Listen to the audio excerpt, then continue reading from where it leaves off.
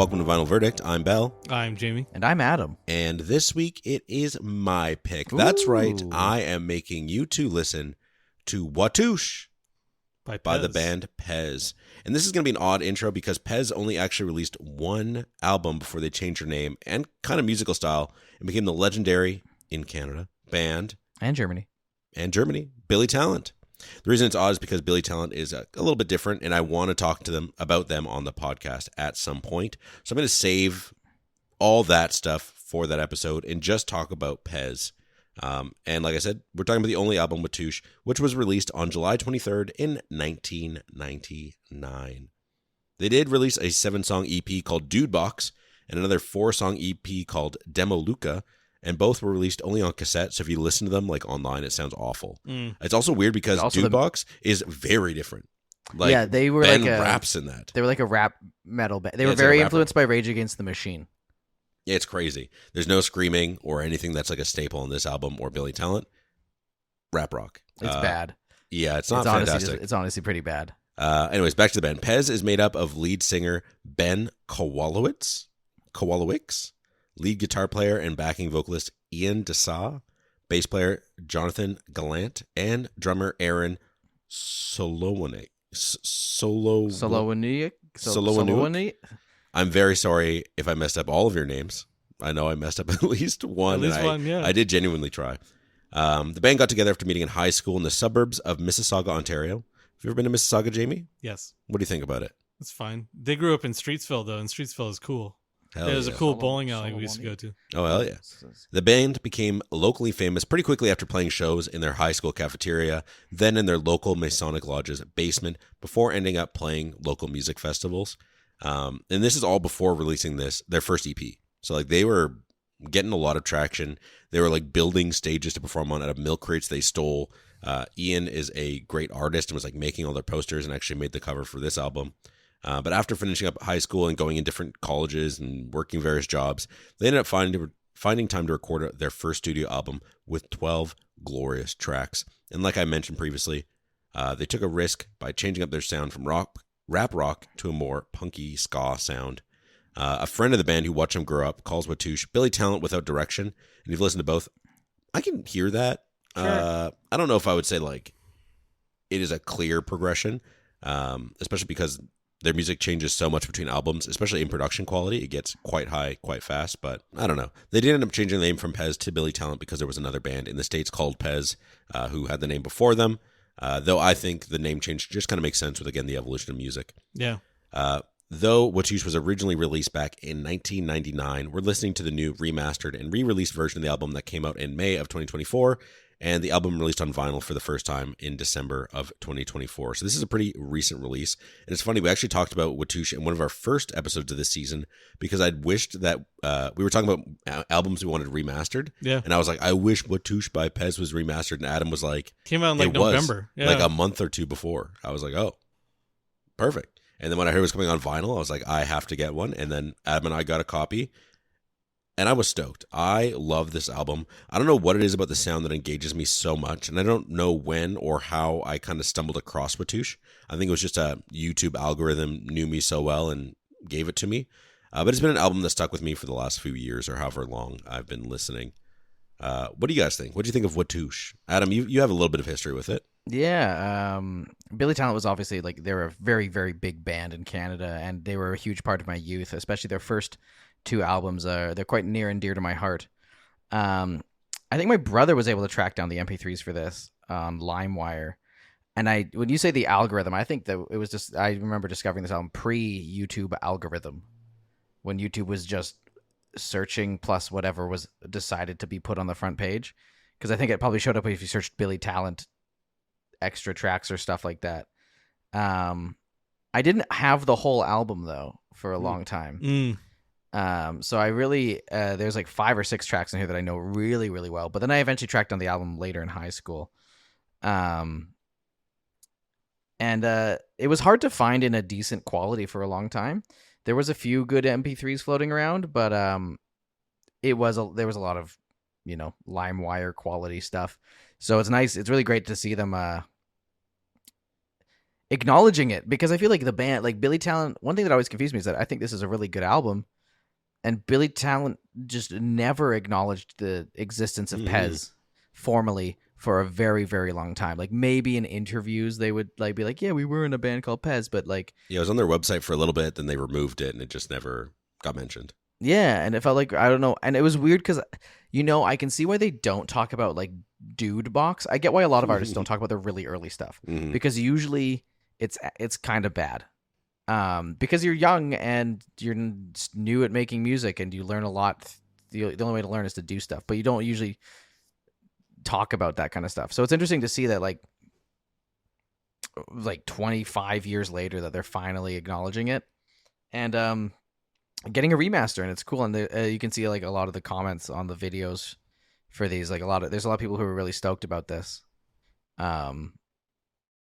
because like it's cool, and I feel like I usually wouldn't be that into like bands when they release like their old stuff. Like I don't really care, like, when they like 10 years ago when they dropped a new Kurt Cobain album with a bunch of like stuff from the vault, and like I just don't usually care about that kind of like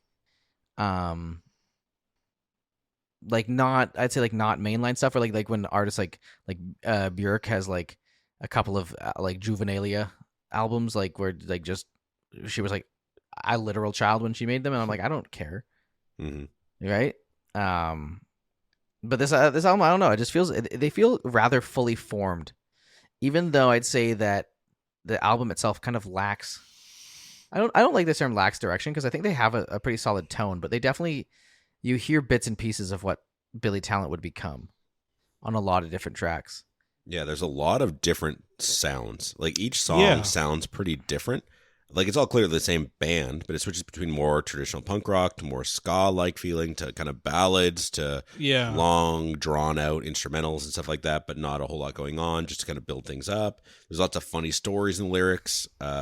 It then goes to depression and weird stuff. Like it is kind of all over the place. It's a little disjointed, yeah. Yeah. And they also are not as good at singing as they get. Even by the time they get to the first Billy Talent album, they're all better singers by then. Yeah, he has a very unique voice. They also don't use Ian as much of a backup vocalist, even though he is an amazing backup vocalist for Billy Talent. They clearly are like not there with like how much to use him and anything like that. What do you think, Jamie? I like the song. One thing I will note though, I guess you're kind of coming from not a Billy Talent fan.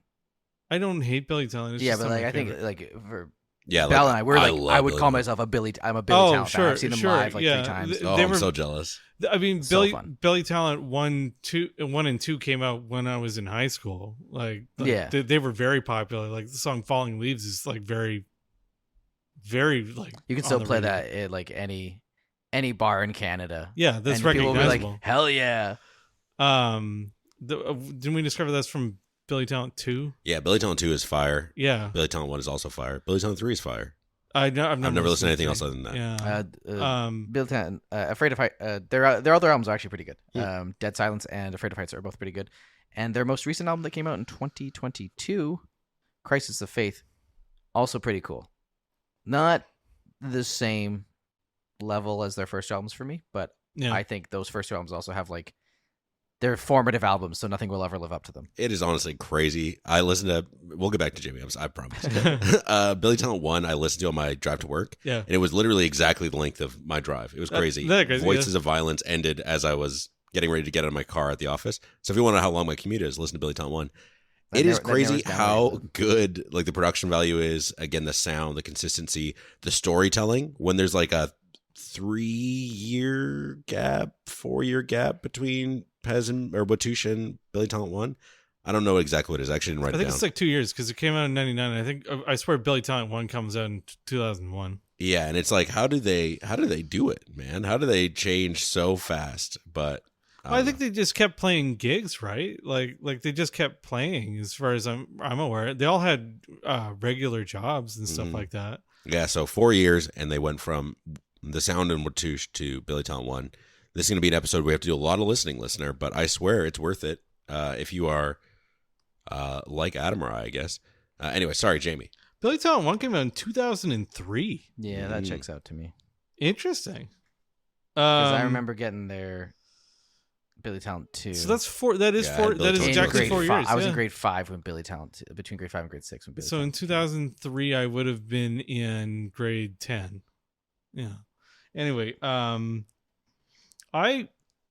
like this album. I thought it felt very fun and kind of raw at some points, but I also think that the songs were good, but like they really know how to write an outro. Some of the outros to the songs I like more than the actual songs. It is interesting. They always do like a bridge and then an outro, not like a final verse. It's always like an interesting outro. Some of those outros are better than the whole song. Mm-hmm. And that was like true of like the album's not that long. It's like 12 tracks. Technically, I think it's 17. Yeah, but because you have a bunch of the silence tracks. Yeah. Yes, to make it so if you're skipping on a CD, you don't get the secrets right away. On the streaming copy that on they got YouTube rid of Music, they got rid of the silence and they just go to organ interlude. Yeah, I was like, oh, interlude is a weird placement. It's like, oh, I see. It's actually track 13. Yeah, it's in the middle of nowhere. Even though it ends on 12 technically, or whatever it is. Yeah, it's a good album. It's a little uneven. It reminds me of like when we listened to Blink-182's greatest hits.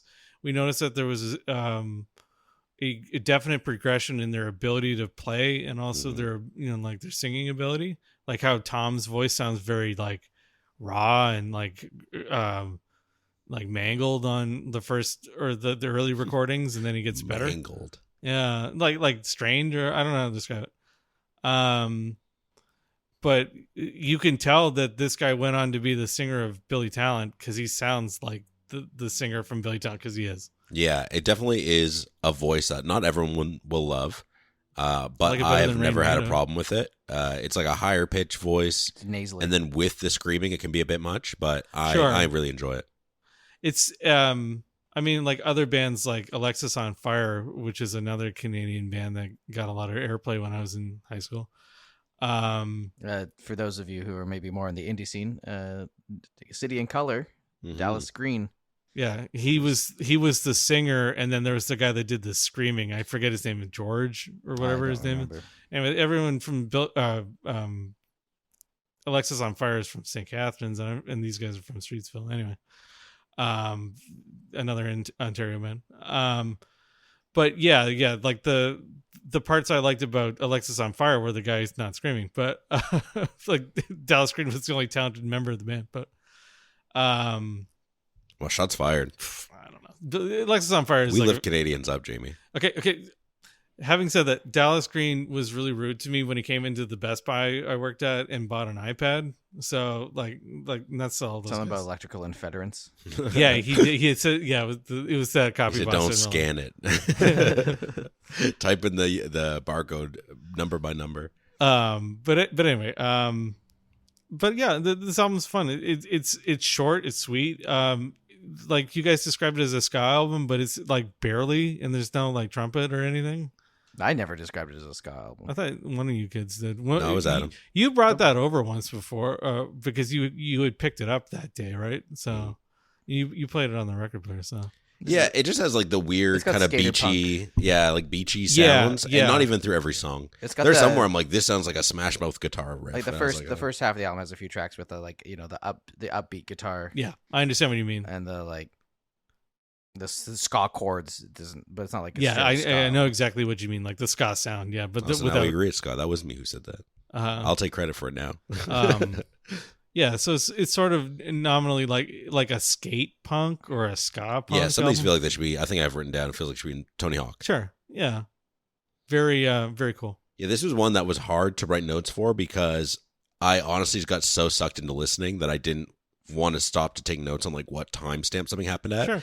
I know the words to like every song on this album. Yeah. And yet I don't feel like I've listened to it that much because, like I said, I only discovered it in the last, I'm going to say 5 or 6 years. Sure. And yet, man, each one is so unique and tells such a fun story that I just love listening to it every single time. Sure. Yeah. And like the career path of all the members, especially the lead singer, is very interesting because I remember him being like an intern at the radio station. Because he well, I don't know how much you want to talk about this, but yeah, so he was an intern at a radio station when they were all kind of in college and doing stuff, and then ended up not working there and being between jobs. And he ran into one of the people he worked with and invited her to a Pezz show, which paid off because she ended up becoming an executive at like Atlantic Records or whatever it was, and giving them their first record deal. And then that ended up paying off for her. Yeah, because going platinum, double platinum on a couple albums in Canada and in Germany. Pretty big, yeah. Yeah, it's crazy because I think that would have been their first Billy Talent album because Watoosh was just giving away his CDs at shows before being re-released under Atlantic in 2005 or something like that, which would have been after Billy Talent 1. Like crazy, always be nice to people. Add them on LinkedIn. Yeah, you never know, and they can help you out. So the lead singer, what's his name again? I'm sorry, Ben Kowalewicz. Ben had worked as an intern at CFNY, which is where Alan Cross. Okay, anyway, Alan Cross runs this was the station director, but he also runs this show called The Ongoing History of New Music, which is actually really interesting to listen to. It's a podcast now as well. Hey, we're the only music podcast. Yeah.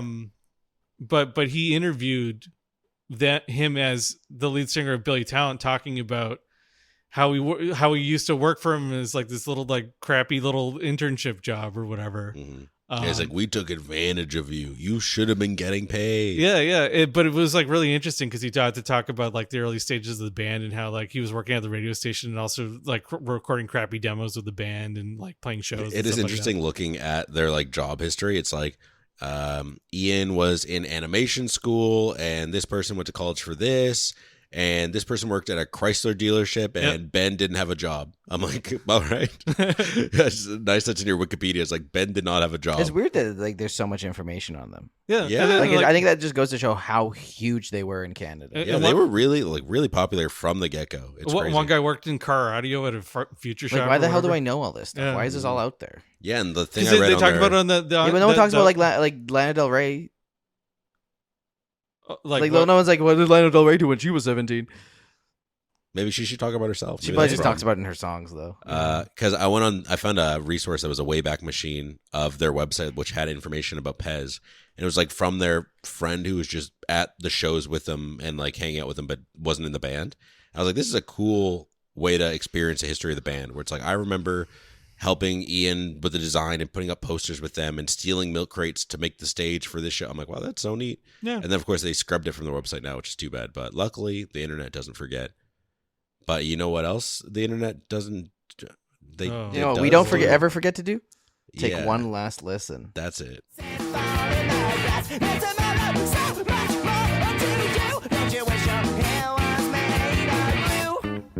And I said, well,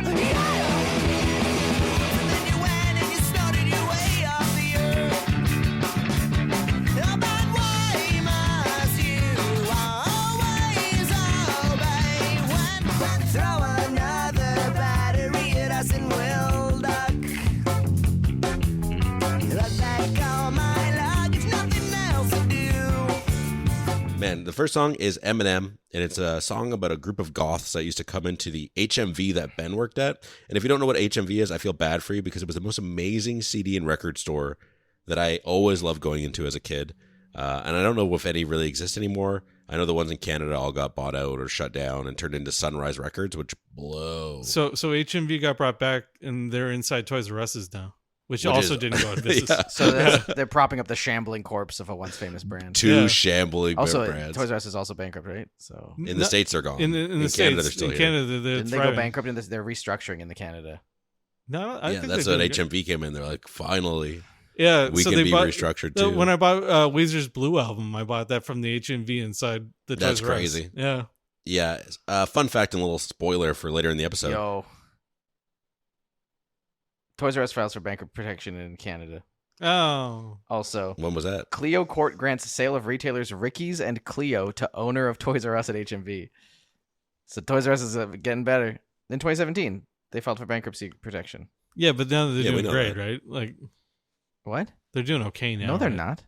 What? You just said they're buying They just other closed companies. 5 more stores this year. You just said they're buying another company, Ricky's, which is I've never seen anyone in a Ricky's. If you want to Yeah, buy, I know they're buying. if you're 50 to 55 and want a nice blouse, you go to Ricky's, but that's a small audience. They just so near my place they just closed the Toys R Us. Really? And this is after they all across the street from there a year ago. They just closed the Bed Bath and Beyond. And the Bye Bye Baby. Store Guard has just subsumed all of them. What is Store Guard? It's like a storage facility.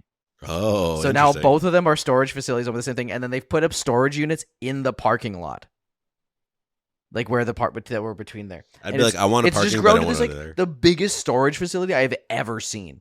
Because there's like a 5-story Store Guard behind it, and then they just like are buying up every one of these like businesses at this dying like suburban strip mall. Vancouver apartments don't have storage. No. I know I don't have storage. It sucks. Yeah. But I guess I just own less. Anyways, fun fact and spoiler for later in the episode, but this album comes with a little comic book, and it tells a story set to this song about a goth kid that has Marilyn Manson's name carved into his arm that gets booed out of a spoken word poetry night, then starts a goth cult and goes to firebomb a Pezz concert before going in and loving their music and meeting a goth girl who he falls in love with. And throughout the comic, it the comic has was lines drawn by some like a friend of the band or something, wasn't it? We'll talk about it later. Okay. But there are lines from the song that kind of walk through the story, which is fun. And lyrically in the song, it kind of follows that story with the description of a goth person wearing black and white face paint and their name carved in, or a name carved into their arm, talking about how it's hard to be yourself when you're 14, and your mom tells you to be normal even though she's getting facelifts and going on vacations. And it ends with a cover of Psycho Killers by Talking Heads for some reason. Yeah.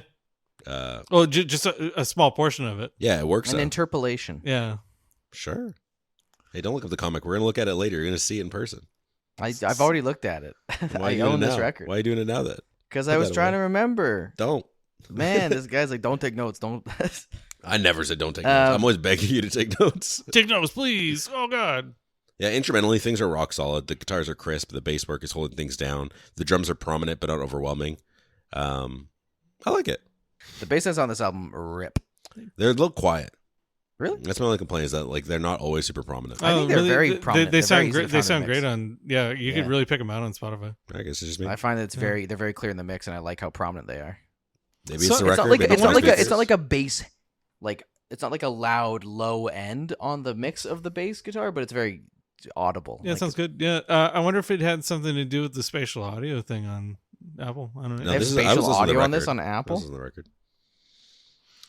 Anyways, I think it's a good song. Yeah, I like how it's about a guy pretending to be goth. Yeah, or like becoming pretending goth. You could be goth. It's like a mall goth though. Yeah, exactly. He's like I spent my last $10 today on black hair dye. I'd never really thought about the lyrics to some of these songs. Like this one in particular, I thought it was so funny. It's like I spent my last $10 on hair dye today, and dye rhymes with dye. I'm like, that is very funny. I've never really thought about what they say. Yeah, it's good. I also love the ending. The section is great. The so cool. And then we go into Fairy Tale. I like the chorus on this song a lot. Yeah, it's more groovy. Yeah. It's got a lot of pace changes and more bouncy beat. I like the crunchy guitars that just jam the entire time. The speed of the bass is awesome. I also like how things lighten up for the pre-chorus before everything kind of comes back in for the chorus. Yeah. It's a lot of fun. Lyrically, it's a love song. Lots of cute stuff about wanting to be with her and supporting her when she doesn't believe in herself. I like the last line of the verses before the chorus. If the world held a grudge against you, I'd hold a grudge against the world. Cute. The big scary world. Yeah, it's cool how it's fun how unlike many songs, the low energy part is the chorus. Mm-hmm. And then they kind of do this pre-chorus. The guitar playing's so cool. I think Ian Dessau is actually such a he's so good. Underrated guitarist. I've always really appreciated like the unique kind of chord voicings that are used in Billy Talent's music, and it's very true on this, where he's just using these crunchy guitar chords, and really like he does a really cool thing where he plays a lot of like open ringing notes at the tops of a lot of lines, and it's just really, really cool. It can make things sound way more layered and thick when they don't have that many guitar layers on this album. Yeah. Yeah, I love how the song rips, and then I love the plucky guitar bridge at 2:32. They're like it's just so it's Yeah, the outro on this song is another incredible outro. Yeah, or it's I guess the first incredible outro. And it also it feels like that's the first glimpse of where I'm like, this sounds like Billy Talent. Yeah, the speed of the drums, the outro, doom, doom, doom, doom, doom, doom, doom. It just hits so hard. It's like a little bit. It's like a happier Billy Talent. Yeah, but like that like do. It's like totally a drum beat that appears on a few of their records later. Oh man. And yeah, it's just a great. I'm amazed at how many different ideas they cram into these songs. It's not like verse, chorus. It's usually like a lot of these songs are verse, pre-chorus, chorus, verse, bridge, pre-chorus, verse, or pre-chorus, chorus, outro section. Like there's a lot of components to the songs, and that makes them very interesting. Do you know what else is very interesting? Oh my god, the next song is so good. Nita. Oh my god. That make me feel so fun that you walked by the window when I got It's just such a good song. It hypes me up every single time. What are you, supernatural? You some kind of freak? It's almost like Rocky Horror. Like it's so funny. The singing, like his intro line where there's no instruments before the light strum of the guitar and everything comes in, is so good. It's a song about a woman that comes up to Ben when he's in his car, and she asks him to get out of the car and smoke a cigarette, and he does. And the other cars are honking because he just got out of his car in the street, I guess. And then they talk about whether they want their hair to be glue. It's very odd. I don't understand the hair glue thing. Neat as a goth. But why would your hair want glue? So it was just always gelled. Oh. Right? Your hair was just always styled. I see. Okay. Ian DeSaw, famous famous hair. Famous hair. He's got Johnny Bravo hair. Yeah. Yeah, it's funny. Like eventually his freak doesn't match her freak, and she gets weirded out by him when he asks her if she's supernatural because squeegee rhymes with Ouija, which I don't understand the reference there. Do you know that one? I think it's just weird that they're spelled so different. And they sound the same. Yeah. Yes. And then she's like, ew, you're weird. And then, never mind, let's have a cigarette and it's fine. And then he's like, I miss her. I'm like, okay, I guess she's gone now. Like, just so much happens. It's so busy. But Ben's talk singing works so well with the instrumentation that's consistently changing up to match the change in tones of the main characters. Yeah, they're like jazz. They're like Latin jazz undertones. The chorus and the post-chorus are incredible. Yeah. They're two parts of the song that I was like, wow, I wish the whole song was like this. I like Don't you wish your hair was made of where blue? he says, yeah! Yeah! Woo! And she said, whoa! It's such a fun song. Also, I realized that like part only happens once. Yeah. For some reason, like it happens. Yeah. Like the happens or it happens like twice, and I'm like, I feel like so much of that song is that chorus. Woo! Yeah, it's another that has a very different outro. I don't think the outro is the strongest one on this one. It again is just, it feels like a little cartoony, like it's a little outro song about like, you swore you never leave my side, which I don't think matches the perfectly, but so good at the end. it's good. It's like almost like it's got a classical music vibe to it. It's such a, I love the outro on this, and I just appreciate the linearity of this song. Like even though it is a verse chorus for a little bit, they don't ever let any song feel too cyclical. There's always something interesting happening. I like the outro a lot. This song slaps. Absolutely slaps. And then it goes into another banger. Yeah. Mother's Native Instrument. So how do you follow up a good song? Put another really, really good song. Yeah, more The people speed should is think so about good. doing that on their albums. I don't know why they don't. I love the speed on this one, the singy, songy feeling of it. The ba ba ba ba ba dee da dee da. Like, oh, it's so much fun. This is the one I said should be in a Tony Hawk game. Yeah. It this just feels so good. This is definitely the most ska sounding one yet. Mm-hmm. Yes. What is a mother's native instrument? What does that mean? No one knows. I just assume it's just like cultural. I don't know if it's something to do with drugs, because the lyrics are about someone ODing, as he sings about wanting to sew up her nose because she's snorting her life away, or snorting her way off the earth, and how the day she died is now just another day. Which is interesting that the lyrics are kind of him singing, like in the chorus, asking why she's carrying on this weight by herself, even though there's so much to do and say in the world, and the bridge being this emotionally heavy section compared to the first half, with Ben just screaming, "You've been stolen away." But of course, they counter this heavy section of the song with a jokey, all these words you said were true, but I guess we'll never know, as it ends and gets more and more intense. I guess that, again, turmoil of losing this person and, again, realizing they'll never get to live the life that they'd been talking about. Yeah, the riff in the bridge goes really hard. I really enjoy that. Yeah, it's a fun song. The deeper meaning makes it more powerful as it shows someone trying to move past losing the love of their life but not being able to cope, which is fair. I don't know if I'd be able to cope. Sounds tough. But that heavier section near the end is so good. The boom.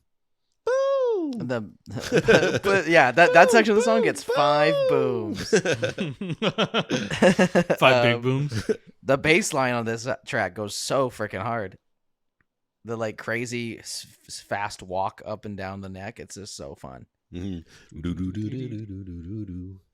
and I love it. It goes to the slow jam with the like wah guitars. Oh, this song's so good. It's so fun. And then we followed up with another good song. These 3 songs will probably be the last listen. It's such a good run of songs. This one's about fame and dealing with unruly audiences. The dreams come true. The band gets to travel and eat good food. I hate when a band writes a song about being famous before they're famous. They were locally famous, though. They're just another band out of Boston. Maybe it's us, but I really think that it could be you. They're famous. They get to eat good food. They get to travel. But people take and take. They shout and throw batteries at them during shows. And I don't know if people actually throw batteries, but that's evil. Stick to tomatoes. Don't throw batteries at people or bottles. Is it true, Jamie? You're old. Did bars actually have grates in front of them because people would throw stuff at the bands? It depends on what kind of bar. Yeah. That means yes. That's crazy. That's evil. Like you ever seen the Blues Brothers? Yeah, that's exactly what I'm thinking about. Yeah. It's like, that's awful. Yeah. I pretty much come to this song for the chorus or the verses. I love the fun storytelling and harmonies as they talk about their struggles with popularity. I don't think it's special, the song, but I think it fits really well on this album. A lot of fun. I love the chorus. And I also think this is a really good example of Ian Desau's unique use of open ringing and chord voicing, as the layered sound on the verses is like really impressive for a single guitar track. Yeah, I agree. I think the outro on the song is, again, really good. The outro is better than parts of the song. Tell us that we blow and we will tell you you suck. You suck. Oh my God, so good. To me, I think this is like this track and the next track are like the 2 of the weakest. Oh, well, on the albums. This is the lull of the album. The next track is the best part of the song is the outro. Recap. Let's talk about it. This song's all right. It's okay. It's a Goodbye My Love song, and I don't think it's super special. I like the slower pace, but it's not super standout. I do like the final chorus at 2:30, and there's a bit of a breakdown. The drums get a moment to stand out with the harmonizing and periodic echoing guitar guitar strums to accentuate that bit of peace that comes from him saying goodbye before everything comes crashing in for the final outro verse. It's just kind of fine. I think it's well placed on the album in that it is kind of a lower energy, slower song. It's just that I don't really vibe with the verses and the chorus, and I agree. But then the outro is good. Like it's a song where I'm kind of listening to the whole thing so I can get to the outro. Yeah, one thing we haven't mentioned is that the songs are long. Most songs being over 4 minutes, closer to 5 minutes. This next section is a bit lesser, with the last song being just under 4 minutes. This one's under 4 minutes. Next one's 2 minutes and 3 minutes, but most are quite long. Most of them don't feel long though. No, that's because they do so much. Mm-hmm. They do. But also this is like, I think the first time there's like an organ. Yeah. On this track. That's not present. That's like the first introduction of a synth, I think, that I noticed. So neat. Yeah. Now we get Mosh into When I Was a Little Girl. Yeah, this one's much more intense. With Ben lashing out on people around him for being pedophiles and lunatics as he threatens to blow someone with a hand grenade before deciding not to because it's mean. And it would be mean. This is the only one with a swear in it, too. It is the only one with swears, and it fits that angry lyricism. There hasn't been a lot of violence in any of the songs so far, but this one like pulls out all the stops. It talks about kicking teeth and killing cats, but not pulling out a gun because he does not have one, which I thought was a funny thing to clarify. It's like, I'm not going to pull I would, I do but not I have don't. One. It's like, all right. It's crunchy in a compressed way. which is odd.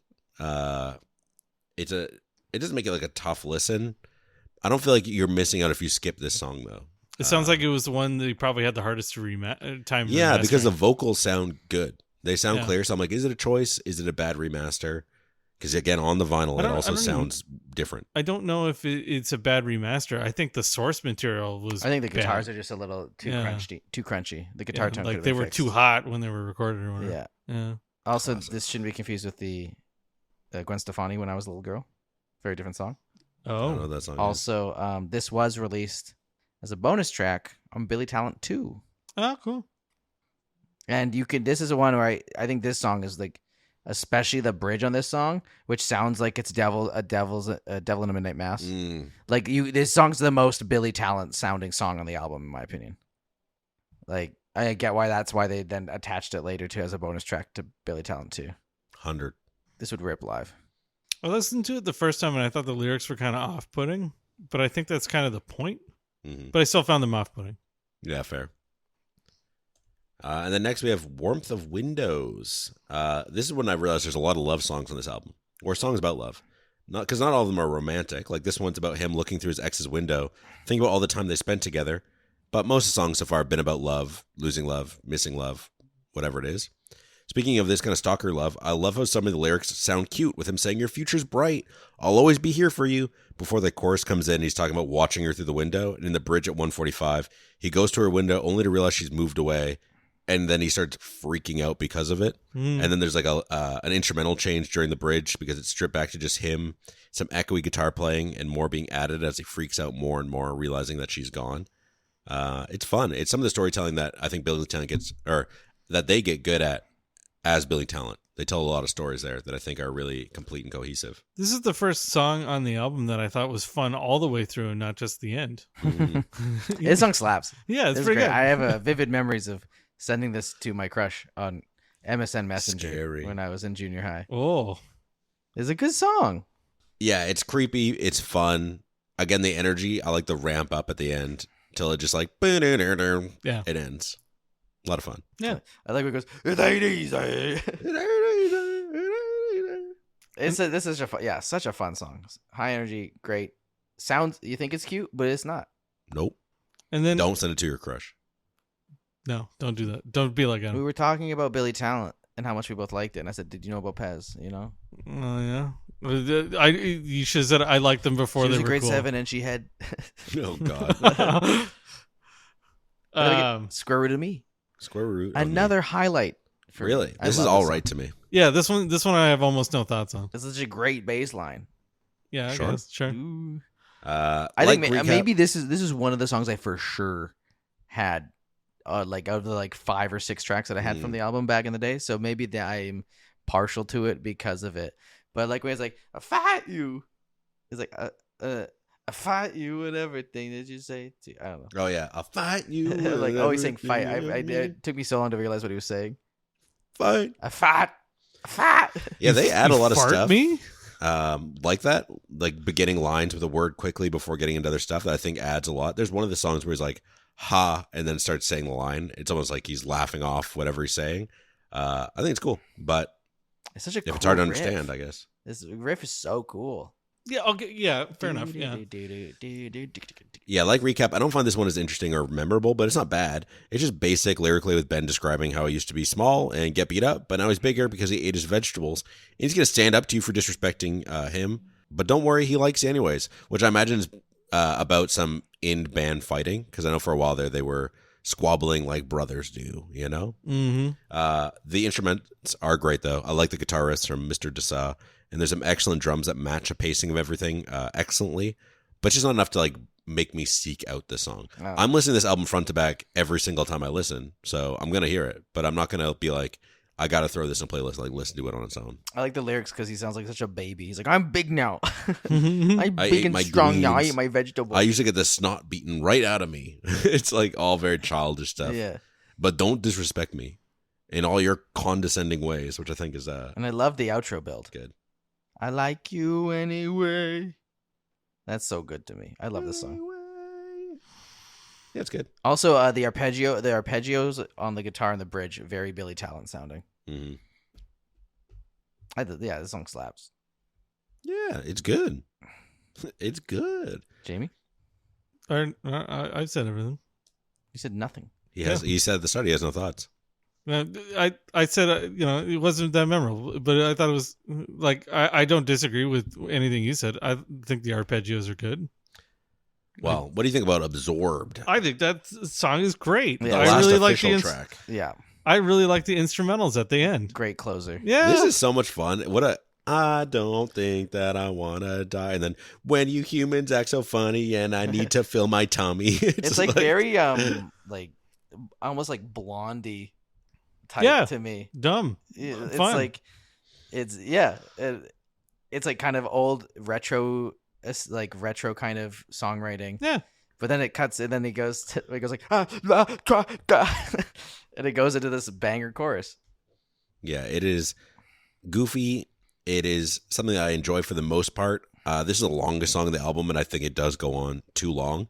It's almost 5.5 minutes long. Yeah. The wavy verses that have been singing up and down are fun and unique, but again, doesn't really leave an impact. I do like the bit of a jam session at the end. Yes. But it's the slowest buildup of all time. I think it's great, man. Dude, you're listening to the same guitar riff over and over again with basic drumming. Man, I'm gonna bring on some stuff sometime. Just cut like 45 you seconds. You have not listened to King Crimson's Red yet. No. Because if you think that's a slow build, spoiler alert, we're listening to that on this podcast in 2 weeks, I believe. Yes. Yes. And I just was like, if I'm smoking a marijuana cigarette, maybe I'd get into it. But like just sitting and listening, I was like, this is too long. Yeah, King Crimson's Red is a great album. I can't wait to get to the point where I go, this is but also too there's long. like in the middle of the song Starless, there's like a 4-minute section. It's just build up. Yeah, and it's amazing. And it's incredible. I like long build-ups. Like I don't mind it. Give me the pleasure right away. Skip the foreplay. No, it's give me the good. I love the build-up on this, and I think it's a great way to unofficially close the album. Yes, this is with this like this is the last real song on the album. Slower, larger build into this cool jam and like super high energy with the like tremolo picked guitars. Yeah. I do wonder what he's whispering. When? In the middle of the song, when they're doing the build-up, there's whispers. Oh yeah. I don't know. It's around 3-minute mark. There's nothing on he's saying something. The lyrics. Yeah, it's good. And then you get a couple tracks of silence. They're a few seconds each. Because if you're looking on digital, it just goes from Absorbed to Organ Interlude as the second last track. And it seems weird to have an interlude as your second last track. But it's a secret song. It's a weird little synthy organ line that plays for about 30 seconds. And it's nothing special. No. It's not even that spooky. Like the end of My Morning Jacket's Evil Urges where he screams at you. Or The Mollusk by Ween where it's like scary clown music. Yeah. This is kind of like jaunty. I actually kind of enjoy this. It kind of sounds like something like an organist would play at a hockey game. Yeah. Yeah, in like the 70s. Yeah. It's very odd. But they are from the 70s, which blew my mind when I learned that. Yeah, they're old. Ben is 50. I was like, oh my goodness, that's crazy. They're still performing. They started the band in high school, and that was 93. Yeah, I'm not doing math. So, and then we get if it's before I was alive, and then we get a song by people who are so old that one of them's dead. A lot of people are dead. But yeah, we get a couple more tracks of silence, and you get New Orleans is Sinking, which is another hidden track that plays after 3 empty tracks of 40 seconds of silence. Cover of the Tragically Hip song. Recipes Gord Downey. I'd like to cover the hip one day on the podcast. Both World Container and Trouble at the Henhouse are great albums. And then I ended up in a whole rabbit hole looking up Tragically Hip. And then I found out one of my best friends works with the daughter of somebody from the band who recently died. I was like, oh, that's crazy. I was deep in a rabbit hole. I think this is a really cool hardcore punk take on a great song. Great I love that it's under a minute. Canadian alt rock classic. I love that it's under a minute. It's a great, it's exactly kind of what you want from a bonus track. Yeah, it's just quick and over. Completely different from the album, but like still has the same energy, and it's also like an ode to another important Canadian band, and it's a really fun cover. I wrote it down. I wrote down that it's not as bad as listening to the actual Tragically Hip. Oh, you're a Tragically Hip hater. I don't really hate the Tragically Hip. I just think they're average. Adam's a hip head. Yeah, I just think they're fine. You're not a hip head? I'm not a hip head. I've really not given the Tragically Hip enough time. I do love the song Bob Cajun. I like going Ahead by a Century. So I like going to Bob Cajun when I was a kid because I was just like, hey, the Tragically Hip wrote a song about this because Bob Cajun was like slightly north of where I lived. Also, like takes cojones to be like, I'm gonna write a song and rhyme with the word Bob Cajun. Constellation. And I was like, dang, you figured it out. He found the one word that rhymes with Bob Cajun. Yeah. Yeah. But they never wrote a song about Kakabeka Falls. Which is He just died too. He was about to. Well, hey, that's the end of the album. Ends with that. And then we get to look at the album cover, which you see on your screen if you're watching on Spotify or on YouTube. Yeah. Or it's the episode artwork. And it's cute. It's like an alley, but like a shantytown alley. There's like clothes hangers or clotheslines between the buildings. And then there's a building, the one that's in the foreground. Call it a shantytown. It's all brick buildings. It looks like Hey Arnold. Yeah. It's got like it also is anime. It's drawn in a way that looks like a children's game on like old PC, like one of those humongous Putt-Putt, games. Sam Pajama Sam. Yeah. And the building in the foreground is on fire, and there's a TV on fire falling from the sky into a pool of water that looks interactable. Like the TV, the fire, and the water all Did you watch highlighted. the lyric videos? No, but the Apple Music cover has the moving TV falling into the water. Spotify has none of these things. So the lyric videos have the animations as well. The top like fourth of it is white, and it has Pezz in cool yellow font and Watoosh. Why is it called Watoosh? Nobody knows. It's not even explained on their page. On the back, we get Crescent same moon. white at the top with the tracks separated by side and a crescent moon, and again a very cool style and some stars. And it's a gatefold, and on the inside we get pictures of the band members. That we have starring Accenti, the drummer, and his hands are melting. Wait, why is it Accenti? I don't know. Is that what he was going by at the time? I guess so. And he plays drums. Starring John Gallant, bass, and it's a cool picture of him playing bass, and he's got a sticker that says "Cops," and another one says "Full Tilt," and then starring Ben Kowalowicz, vocals, and he's screaming. He is red in the face, and he's wearing ska shoes. He's wearing like Doc Marten bowling shoes. I don't know how to describe them. They're ska. Yeah, they're definitely And ska. starring Ian Dessau with his hair almost in the way he wears it for the rest of his whole life. With it's still going up a bit. Guitar, piano, backing vocals, and of course the artwork. I like the drippy hands of the drummer. Yeah, the drippy hands are very cool. And it's got a double opening, which is weird because it's one album, but it's because it comes with extras. Woo! So it comes with a poster that I believe, if I remember correctly, is 11 by 17, if you care to know. And it's like a bunch of art from their posters from when they were Pezz for shows, local shows, including Jingle Bell Rock, which was their first festival they played at, and another bunch of stuff. There's an ad for Tongue Honey, and the Y on Tongue Honey has like a foreskin. I don't like it, but I did want you to know that. Tongue honey? You look at this when I look at the comic book, which what like Jamie had implied or said directly was written by their friend Bowman, who is the person who did the little bio for Pezz on their website before it got removed. Yeah. And it says the book contains images about a little kid who's fed up with society, yada yada yada. It's very long, and the art is very cool. The cover art is by Bowman and someone else, and then all the art is by Bowman. But it's very cool stuff. It's got interesting art. Like I said, has lyrics to kind of guide through the story, and his hot goth girlfriend. Oh, and on the back, there's a picture of maybe Bowman and the other artist. I'm not quite sure. And what I'm assuming inspired the goth, which is these like pictures of a panda on the back of this truck, and they kind of look like the goth in the comic. I was gonna say she had like raccoon eyes. Like yeah, that's just goth. Yeah, very goth. And the cover says Pezz. And it's a picture of the goth with a firebomb sitting outside a Pezz concert. Album or the record itself is in a nice sleeve that has, again, a picture of the band in black and white, other than a record that was behind them that is in color. It is, I have no idea. But it's a good picture of the whole band. Ben's in like kind of like a weird gremlin pose. And he's got blonde spiky hair. And at the top it says Watoosh 360 sound. And on the back, all the lyrics and credits. Record itself is black with cool, maybe not shanty. I would say shanty. More like a New Orleans style. Purple with Pezz, the moon. And I you didn't paid. get the special edition, the color splash.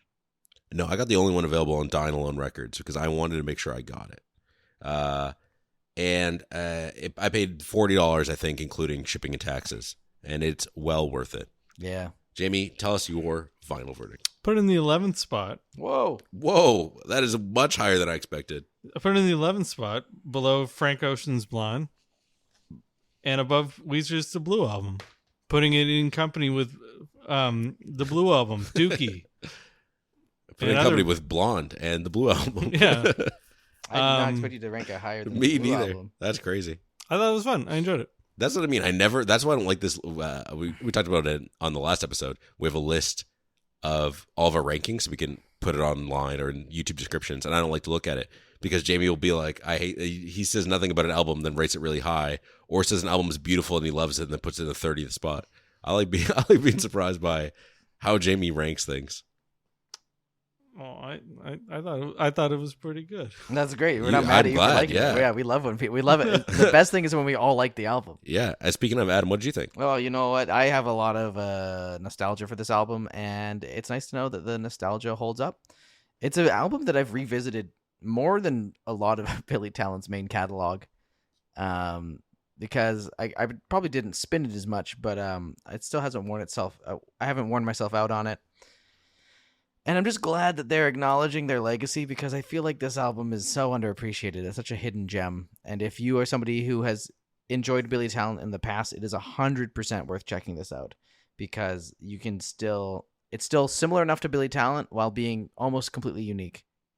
And it's just great. It's just really, really good pop punk.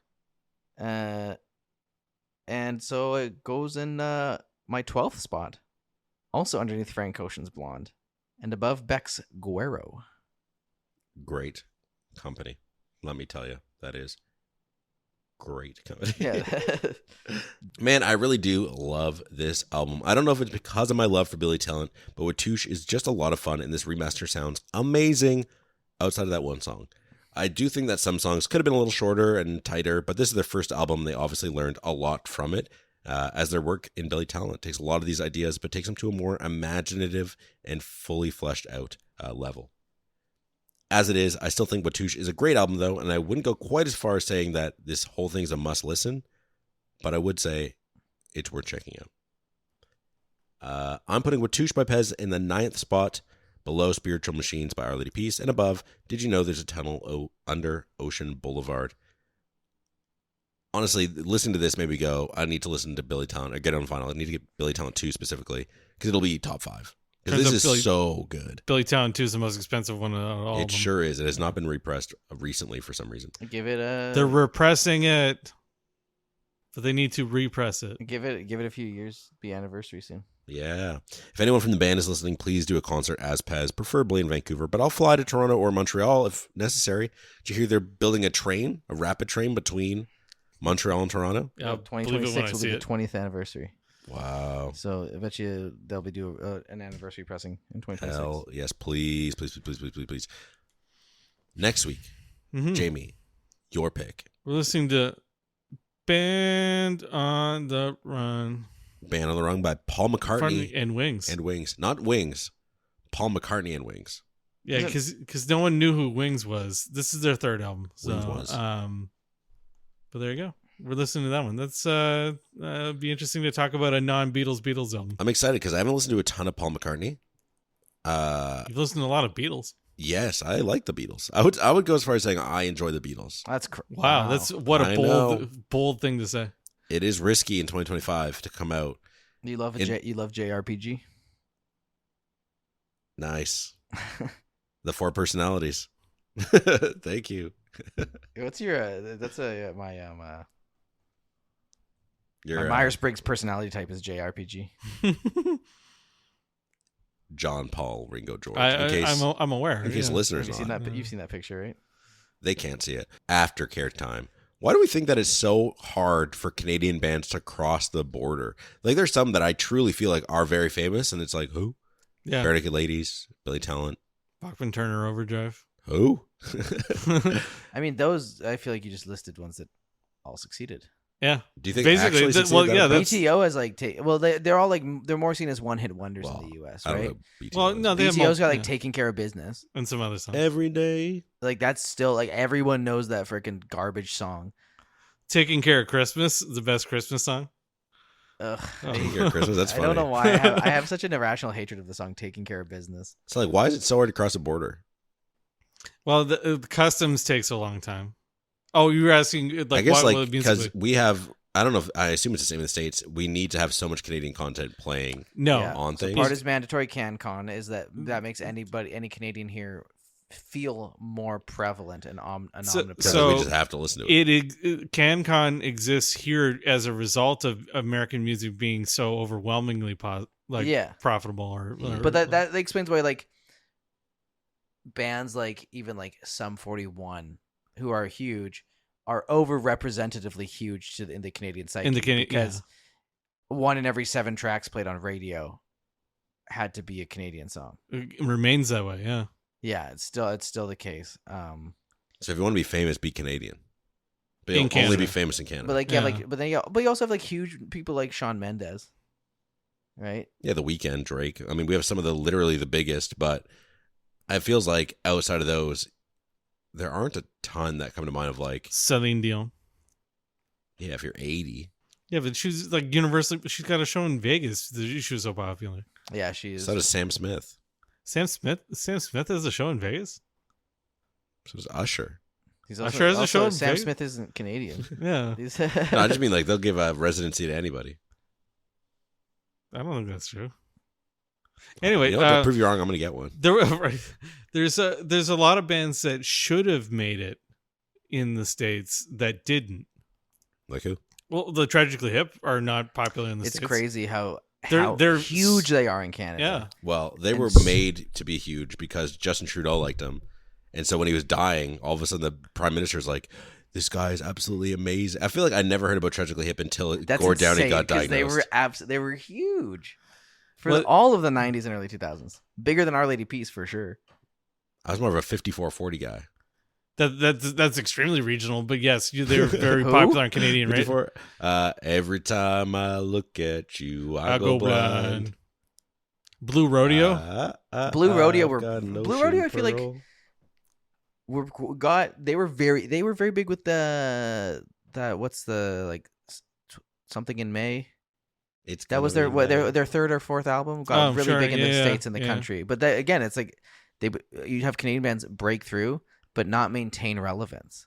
Bare Naked Ladies had 1 week, huge hit in the U.S. Yeah. But you don't hear but in Canada you still hear like Pinch Me get played, Great which song. was them trying to remake. It was just like a tired, sad version of 1 week where they just got they're like, let's do the rapping thing again. And like, I think a big part is that one, there's just so much saturation in the U.S. market, but furthermore, I think the reason is that you have to be like, because of all of the subcultures that also exist in the Yeah. U.S. Like even in Canada, there's a lot of stuff that we don't realize is huge, especially when it comes to like hip hop and R&B. Sure. Where you'll be like, oh yeah, that one, like that was like multi-platinum, but like there's no radio stations there's no like dedicated rap radio stations in Canada really. Maybe in Toronto, no. probably in Toronto. Toronto, yeah. But like in the States, it's very many larger cities. I will want to say have- it's like Flow 93.5 is the rap station in Toronto. yeah, like Calgary never had a rap station. That doesn't sound out of pocket at all. But like but then you hear that like, oh yeah, like it was only people who had massive, overwhelming crossover appeal that would ever get popular in Canada as well, or get radio play in Canada. Sure. And so if you're competing with the glut of artists in the U.S.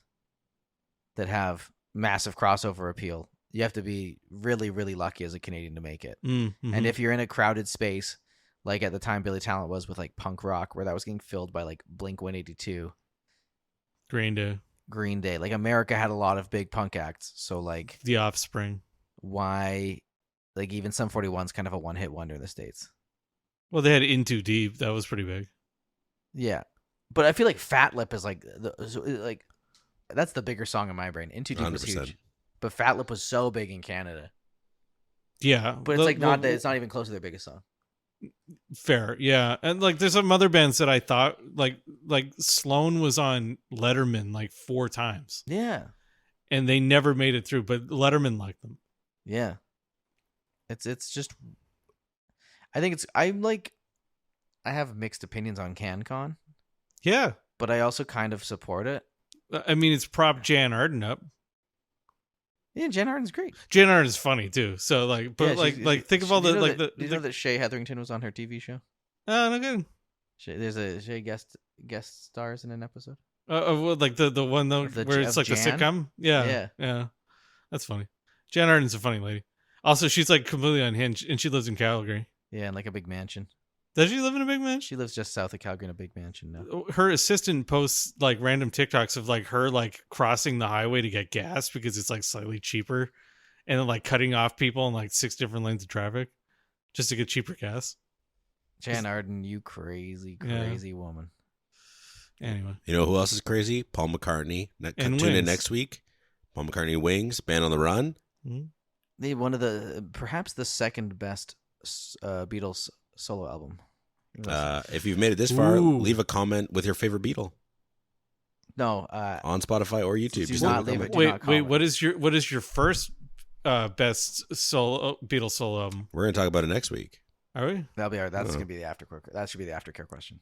It's all things must pass. Right? And then your question is to leave your favorite Beatle. Don't listen to Adam. Don't leave your Beatle. Don't. And it's better be Ringo because he's the kindest. Ringo. It can't be Ringo. He's the kindest. Bye. I don't care if he's kind.